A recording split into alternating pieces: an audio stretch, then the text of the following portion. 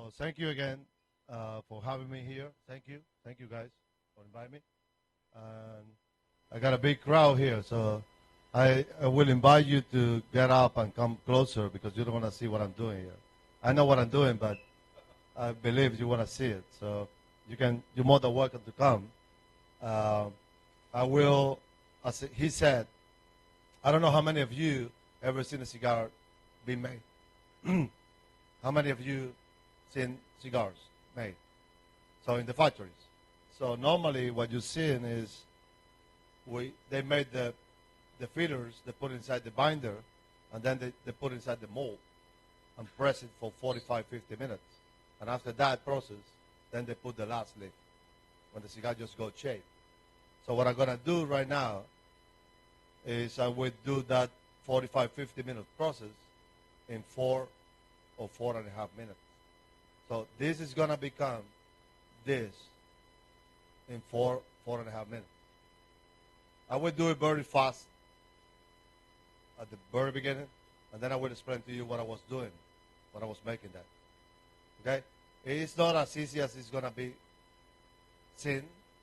It's like when you go to a sushi place, and I was there the first time, and I'm like, yeah, come on, I can do that. So when I came back home, no, I cannot do that, you know? So,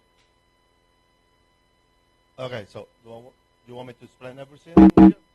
Okay, so first of all, I'm going to be using 5 different leaves. So basically, when you're making, you have 2 different types of cigars, premium cigars and non-premium cigars. So what do we call premium cigars? Cigars that are made with the whole full leaf, like these ones. So you need to use 5 different one of them. There are 3 different fillers. There's a binder, and there's a wrapper leaf. So it's all about how do we, as a rollers and blenders, pick and choose which one. It's like cooking. I put a little bit more salt or cheese or this or that, and then the result is different. So when we do this, we call it blending. So we blend in all these 5 different leaves. There is a medium, mild, and a strong filler. So there are 2 different tobacco fields. There is a sun-grown tobacco field, and there is a shade-grown tobacco field. The sun-grown tobacco field will give you the 3 different fillers. So in the same tobacco plant, which is like 7.5, 8 foot tall, you're going to have strong, medium, and mild. So what is going to make the difference between them is the position that they have on the plant. So the ones that are on the top, they are exposed to the sun and the rain directly. So they're going to be thicker, darker, stronger. As soon as you're going down, all these leaves on the top, they're going to make shadows to the ones at the bottom. So you're going from strong to medium to mild. Okay? The stronger one is called ligero. The medium one is called viso. The lighter one is called seco. Okay? Then you have another farm that we call shade-grown tobacco field. You have to cover the whole field from every single side and on the top with like a chief cloth, like a mosquito net. So they're going to get the sunshine and the rain, but not directly. The other main reason that we do that is like the wrapper leaf is like your suit. So you don't want to have a spot or a hole in your shirt because that's what is dressing you. So we're protecting these plantations from the wind. So if they crash to each other, they're going to break. So we don't want that. If you ever have a chance to walk into a shade-grown tobacco field, it's like heaven. It's like it's a silence. There's no wind. It's just like the leaves are standing right there. There's no movement. You're walking into a cemetery, and a good one, you know, because they are alive. So these are the 2 different fields. So our job as a rollers and blenders is like, how do we going to combine? How do we going to put together these 5 different leaves from different countries, different regions, and different strengths? And that's the beauty of this. Every time that I'm sitting in front of this, I can make a different blend. So when people ask me, like, or maybe you will, well, you will not now because I will give you the answer now. How many blends did you do in your life? I don't know. I've been doing this for 27 years. And every time if you put two of these, one of these, and one of these, it's one blend. One is a totally different blend. 1, 2, 1. So do your math. You can do whatever you want right here. And every time you move something up or down, it's a different blend. So I don't know how many blends I did. Because I've been doing this for 27 years. And I'm not 85, so you're looking at me like I'm 85 years old. Okay, so now I'm going to make a cigar. And then after that, I'm going to explain to you what I did. And we're going from there. Okay? One thing that I forgot my antibiotics. So. Yeah.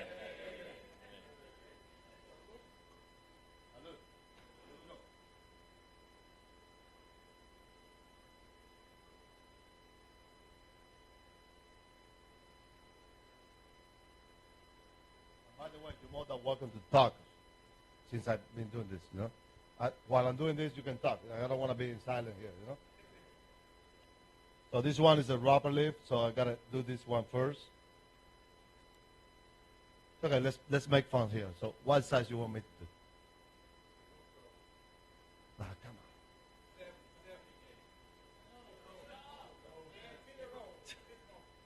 on. What about something complicated, like something different? A torpedo? Okay. Something different, A Robusto is the easiest one to be done. Yeah. Huh? So let's do a torpedo, okay?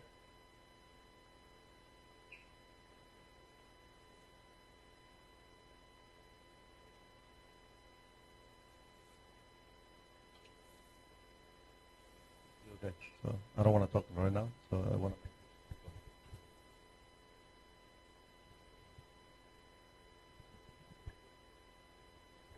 I will do it and then I will talk after I do it, okay?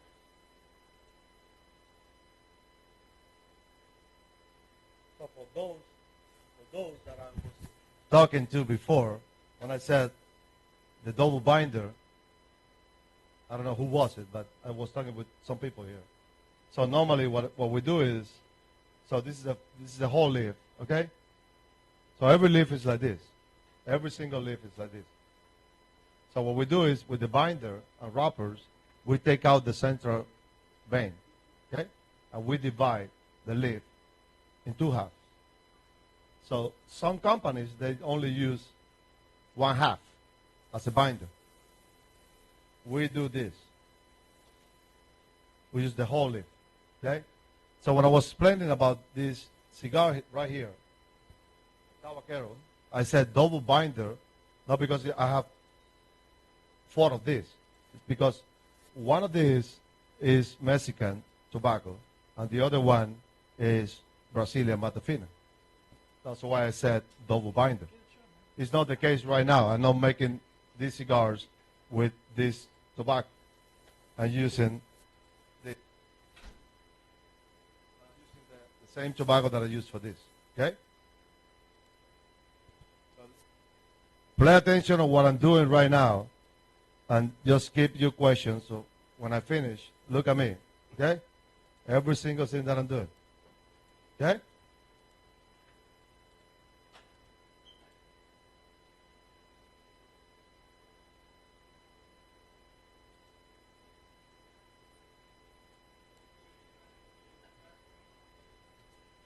Sorry?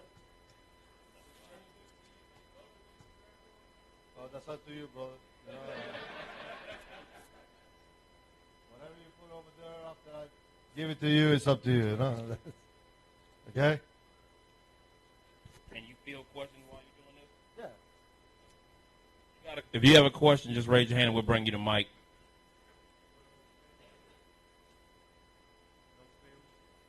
Hold that question. I love that question. Hold that.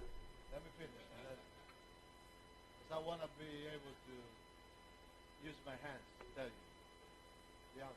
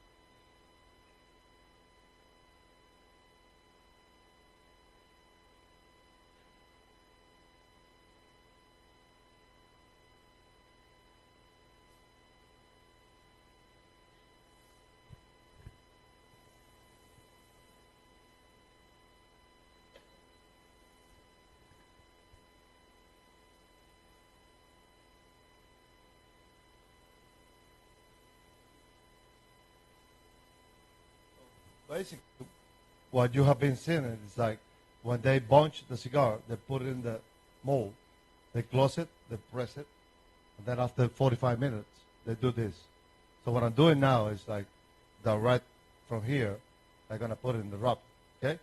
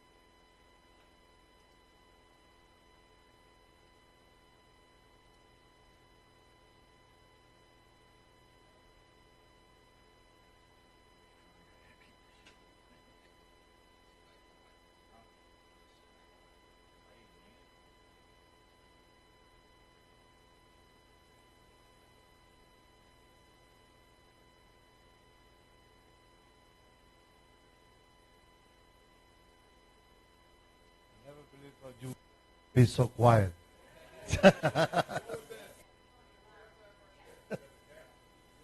Yeah. What is this? Okay, so we call it vegetable glue. It's just it's a sap. Flavor called less. 100% natural. And just it doesn't come from the tobacco plant. It's a different plant. Sticky. So you use it for the end of the cigar.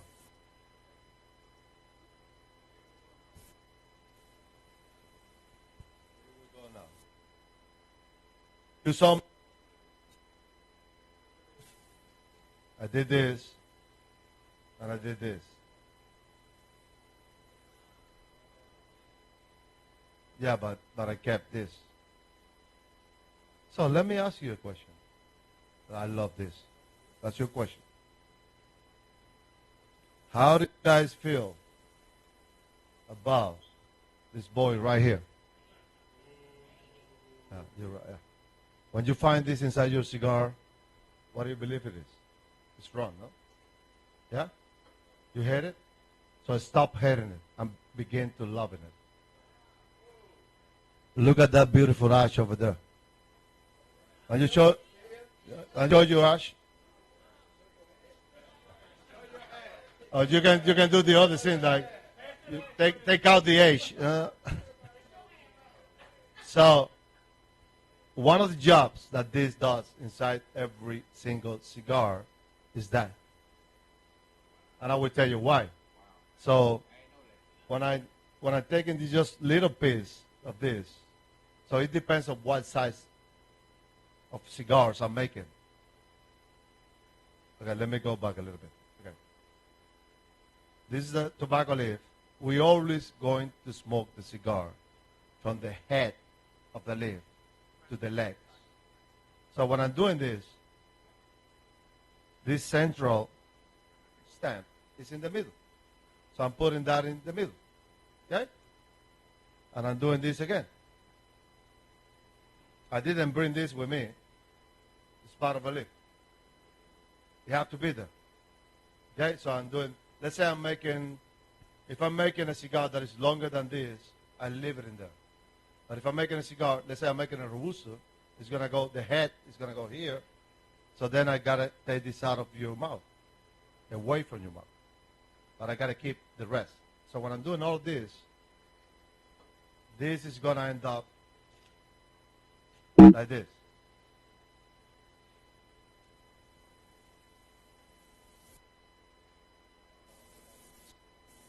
We always, no matter what, in the premium cigars, we're going to smoke the cigars from the head of the leaf to the legs. You cannot smoke the cigar this way. And I did try when I was 17 years old. And it didn't work. If you smoke the cigar all side down, what's going to happen is when you burn the leaf, they're going to go all everywhere. So the only way you got an easy and even burn is from the head to the legs. So all this is inside every one of these leaves.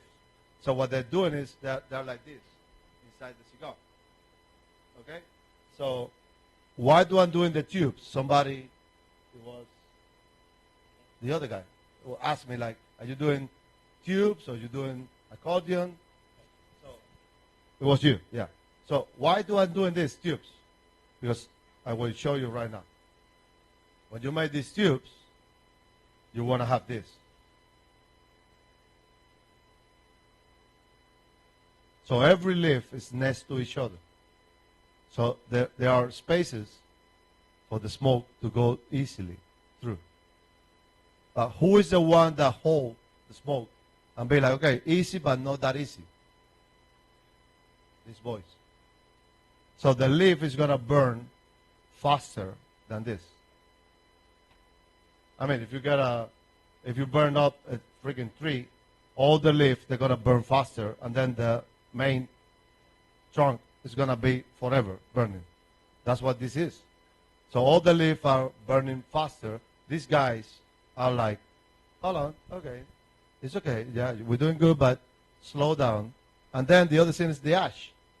So all the leaf just burn, and these guys still burning. So when they burn, the ash fell. So you don't have this inside your cigars. Forget about that beautiful long ash. I understand. You should not have this close to your mouth. And let me just frustrate your will to be an engineer. And you're going to fix the cigar. So that's what you guys do. I don't want to ask who does it or not. I know you do. So you found this in you close to your mouth. And you want to fix. You're going to end up with the problem of your cigar. So this is like this inside the cigar. And you don't see what you're doing. And then you found the central stamp. And you want to fix your cigar. So this is supposed to be straight like this inside the cigar. As you saw me making it. So now you want to fix that. I don't like this. I hate it. Let me pull it out. Let me show you what you do that you don't see. So you're pulling this out. I freeze it. Look at what you did. Inside your cigar. You just destroyed the whole cigar.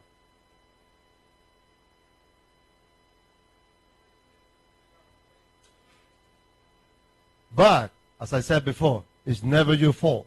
It's our fault. It's never your fault. Okay? So my advice to you guys is, if you find that, what you need to do is like just cut it a little bit down and get rid of that. Okay? So, okay.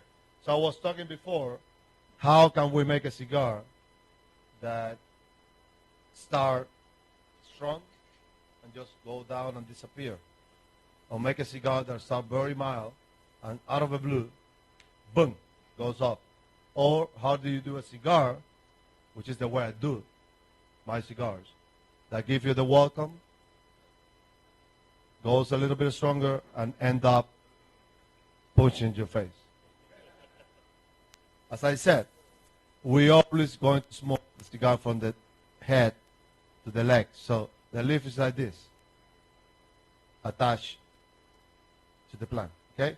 So the head is far away from here. So this is the lighter side of the leaf. Because all the minerals are coming from here through the central vein to all the, you see, the leaf is full of veins. So it's like you ask me to make you a Cuban coffee with no caffeine. Or make me a cigar with no veins.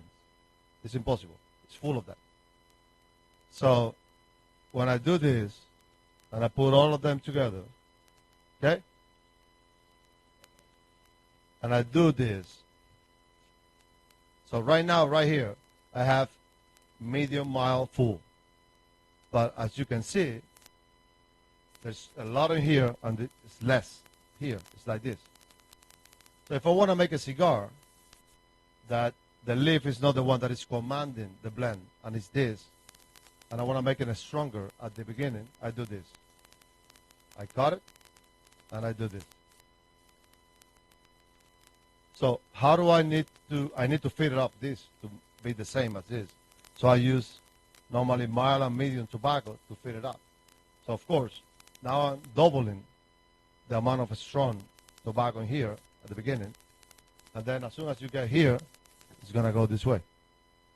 If I want to make a cigar that starts very mild and then jump after the middle to the top, I do this. I cut it and I flip it like this. You follow me? So now I'm going to make a cigar the way I do it. So I cut it. I take half of this and put it this way. And the other half, put it this way. So now I have the same amount of tobacco in here, and in the middle, they did this. So now these short pieces are not the ones that are commanding the blend, are the leaves, from the mild, medium, to full body. So these are the three ways that we can do cigars. Nobody's wrong. Everybody's right. Some people love cigars that just punch you in the face when you light it up and just settle down. Some people love cigars that be like nothing and then boom. And some people like cigars that be like, hey, how are you? My name is Hamlet. Let's walk and let's jog and then let's run. And that's, you just pick and choose whatever you like. So, questions?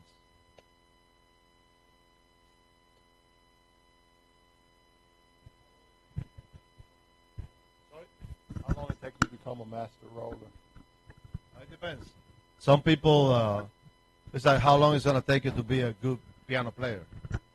You can be a very good one in 1 year, but you can be trying your whole life and you're not going to make it. It depends on your skills and, it's all about skills. For me, it took me like 2.5 years since I finished the school. And then to learn this, to make a cigar like this that I just showed you, after I was a master roller, it cost me another 12 years to learn how to do any single size with my hands and no mold and no press. Yeah, I'm still learning, So that's the beauty about this. Like I'm here in Atlanta right now. I was in LA last week. I will be in New York next week. So the climate, the weather, everything is different. So everything affects the tobacco. So you never know what's going to happen when you are making a cigar. If it's too dry, the leaf, they're going to suffer, and I will suffer too. If it's too humid, same way. So every scenario is a different movie. So, and you see how long I've been talking. So I wasn't paying attention to my cigar because I was paying attention to you. And my cigar got off. There's nothing wrong with that. So stop complaining when your cigar got off. If your cigar is off, it's your fault. That's it, period. This is like a little beautiful woman. You don't pay attention to it, somebody's going to take it. This is that. So instead of to be complaining, just be sensible that this cigar, it was waiting for you to pay attention to him to be smoked. And that's the big difference between premium cigars and choke fillers, non-premium cigars. When you buy a cigar for $3, you light it up, you put it in the ashtray, you go to the toilet to pee, you go back, it's gone. A premium cigar, because it's made with the whole leaf, if you are not smoking it, it's going to get off. So it's saving you freaking 10, 14 bucks. Okay? So what you should do when this happens, you got to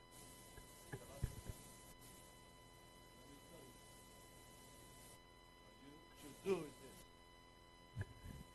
got it very gently. You remove the ash, and then you do the same process. I was explaining this before. There was so many people that here right now that you guys were not here. How do you light a cigar in the right way? Most of us, I will include myself to be nice, but I'm not doing that. But most of you do this. You go all the way around, and then you do this. That's 150% wrong. Because you're using this. Okay? So let me show you how powerful this is. And you don't see it.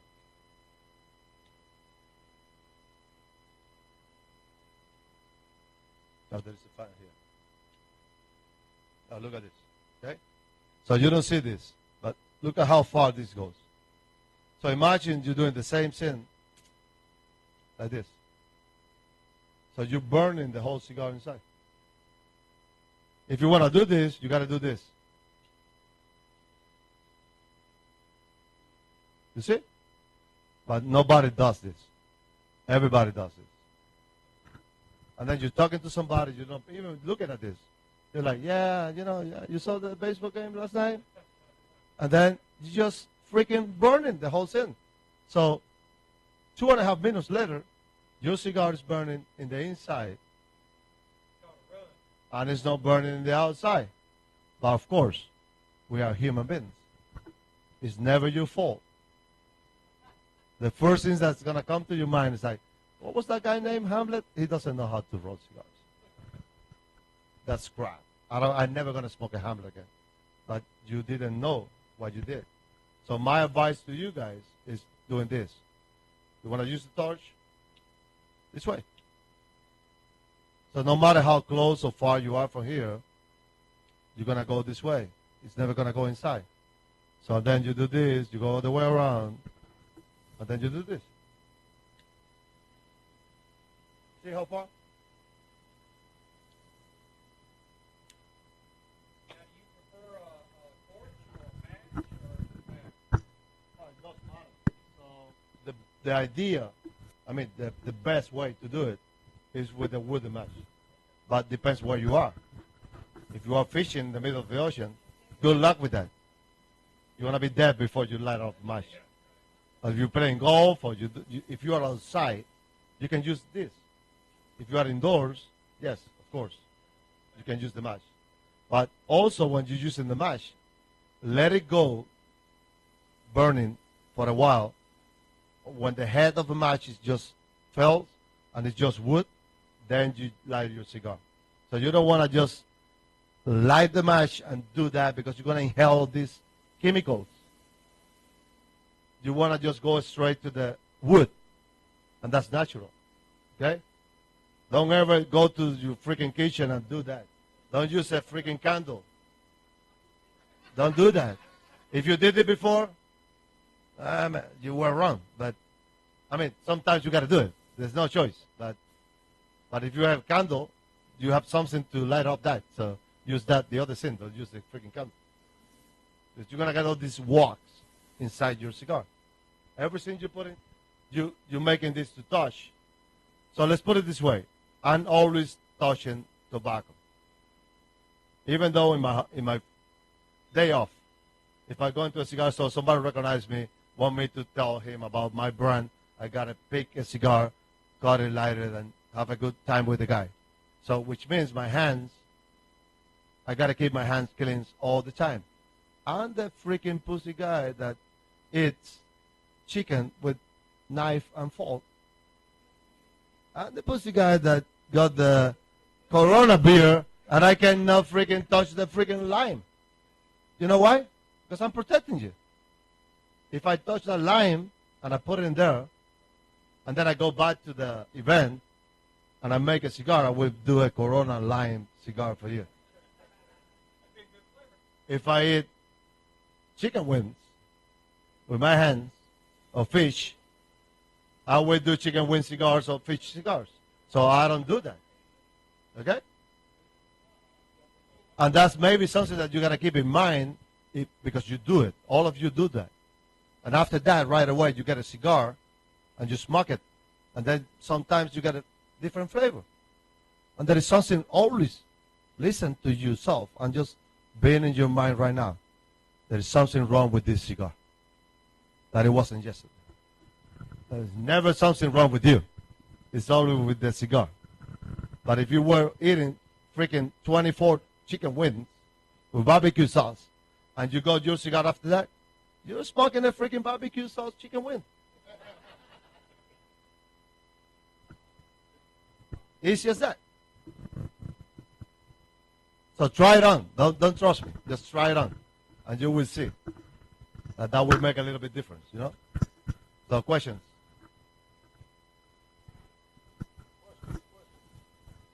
Oh, he's my guy. I got one for you. You mentioned earlier a $3 cigar. You say $3, $4, $5 cigar. Then you've had the $10, $15, $20 cigars. Is there a price range if you're not well educated about tobacco and what you're actually buying? Is there a price range that you pretty much know this is going to be a good cigar versus, price or not necessarily? Yes and no. So, okay, so there's a big difference between a $3 cigar, which the difference is that all these show pieces that we don't use for the premium cigars, we send it to the machine-made cigars or choke filler cigars factories, and they chop it up, and they made the cigar with that. So as you saw me making that, I was able to pick and choose the leaf that I wanted to put inside the cigar, and I made the blend. When you have a machine just doing hundreds of thousands of cigars in an hour, whatever is inside is inside. So what normally happens also with that is like, remember about this guy here. So this is the one that's going to hold the ash and hold your cigar. So what happened with the choke filler cigars is that when they chop it up, they do this. So now, this is inside your cigar, but it's like this. So how this can hold the ash longer? How this can just stop your cigar to be burning? That's when you buy a $2 cigar, you light it up, you put it in your ashtray, and in 5 minutes, just keep going. It's gone. It's like a cigarette. A premium cigar, like, once again, I'm talking too much, it's going to get off. It's going to be like, you're not paying attention to me? It's okay. I'm going to wait for you. So that's a big difference. The other question that you did in the same question is like, how do I know if I want to pay $35 for a cigar or $10? It's entirely up to you. You try it. If you enjoy it, go for it. If not, it's the same thing with wine. You have a $1,500 bottle of wine and a $55 bottle of wine. It doesn't have to be necessarily the $1,500 bottle of wine the best that you like. Maybe you love it, maybe you don't like it. Cigars are the same. So we are all different human beings. What I like, maybe you hate it. Maybe I like spicy, you cannot take it. I don't like bourbon, I like Scotch. But a lot of people love that. It's okay. So everybody just pick and choose. And what I said is like, there is always a cigar for every person. Your job is to find out which one is that one. Our job is to do the best that we can to please you. But you don't have to enjoy what I'm doing. It's up to you. So part of what we do with Cigar Life and Cigars and Libations, we kind of pair cigars to different beverages, be it beer, bourbon, whiskey, what have you. With your line, what do you prefer to drink with your smokes? If you ask me that, I would tell you what I love with my cigars. If I'm not allowed to drink alcohol, I go for coffee. If I'm allowed to drink alcohol, I'm going to go for a scotch or red wine. That's me. But there is nothing wrong with your choice. You're never going to see me drinking a Pepsi and smoking a cigar. But that's me. That's me. That's me. But you're right. You know, when I was in Hong Kong in 2002, I was sitting rolling cigars, and I see all these Chinese guys drinking tea and smoking cigars. And I said, you know what? I want to try that. So what I didn't like about it is like the same stuff that I don't like when I drink champagne. I'm not a big champagne drinker. I can have a champagne bottle, but I will not smoke a cigar because sparkling beverage, sweet, beers, depends on the beers. For me, I'm talking about me. For me, I'm not talking about, that's me, that's Hamlet talking. And tea, they clean your palate. So every time you smoke a cigar and you drink that, it's gone. And it's a new step. And I love something that just stay in my palate that I can marry with my cigar taste. And I enjoy that. Some people love the other way. Like they want to clean the palate and then do it again. I know the guy. I love to get that marriage in my mouth. But once again, you know, nobody's wrong. The beauty about this is like every one of us can pick and choose whatever we want. And that's what we do. I don't gotta drink Pepsi because he does it. Because he's the leader in this shop. I've seen that so many times.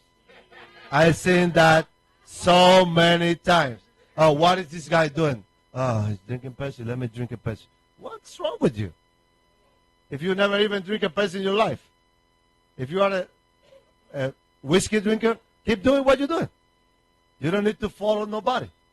You got to follow yourself. You know what I mean? That's it.